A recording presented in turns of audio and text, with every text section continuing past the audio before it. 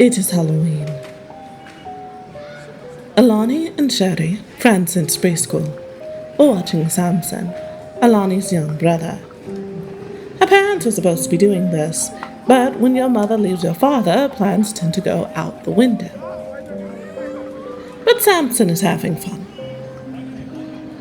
House after house, the boy approaches for sweets. The air is crisp, the ground crunches, and the echo of all the other children fade into a silent realization that the three of them have never noticed this house before. They have always been sure this property had always been an empty lot. They go up to the door, uncertain yet not quite afraid yet. The wind uses the door as a child would a swing, the groaning of the hinges frightening away the quiet. Samson asks if he should knock, and before Alani can convince herself interacting with his house would be a poor choice for an autumn afternoon activity, the house answers with a thick, heavy thud. A clatter, as though something or someone has fallen. Not wanting to risk it being a person in need of help, Alani pulls Samson back from the door and ventures past the threshold into the dim of the house. Sherry, feeling she can trust Samson in the hands of the outside world, tells him to scream if he needs them, and steps in after Alani. Sherry catches up to her friend. The house is a wooden, creaking, leaking box of books, loose papers, old scrolls, and alchemic instruments. They realize now what this is. A witch's home. Witches have never lived on the island. Why would one be here now? Surely it would have made the news.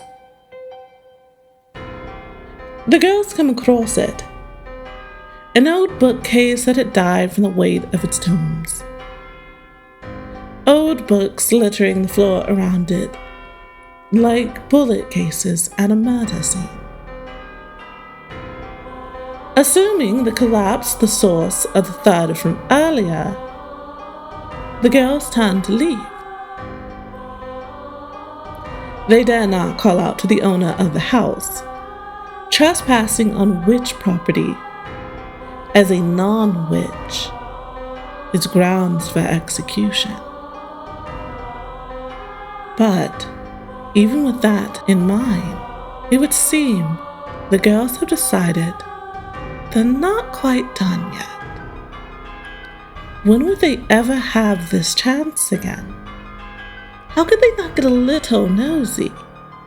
The art of wielding magic was lost to the families on this island generations ago.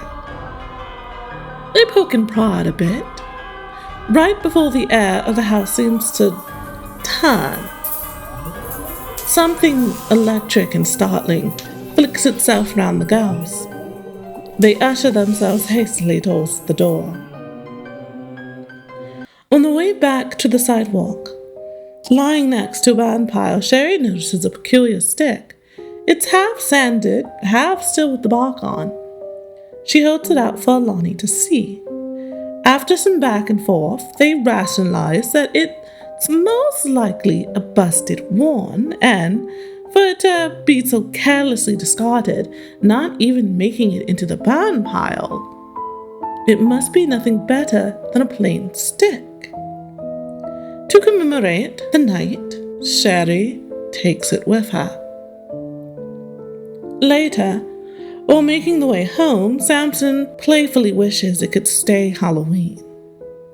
The candy, the costumes, the scary decorations are all a level of excitement Samson does not get to experience often.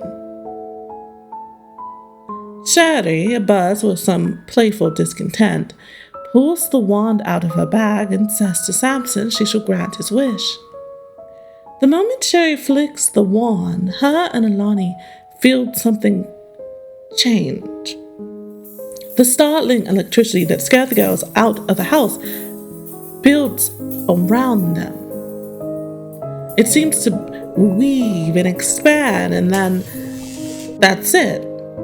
It's gone. Samson laughs, having not noticed the shift, and thanks Sherry for trying. The girls look at each other.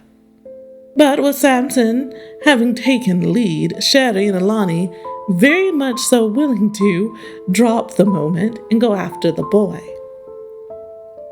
The trio will have finished trick-or-treating with nothing else of note. The morning comes. The sun blares into Alani's window as brightly as it did the day before. She could hear Samson, ecstatic and shadowing his father excitedly as he did the day before. The alarm on her phone is still going off.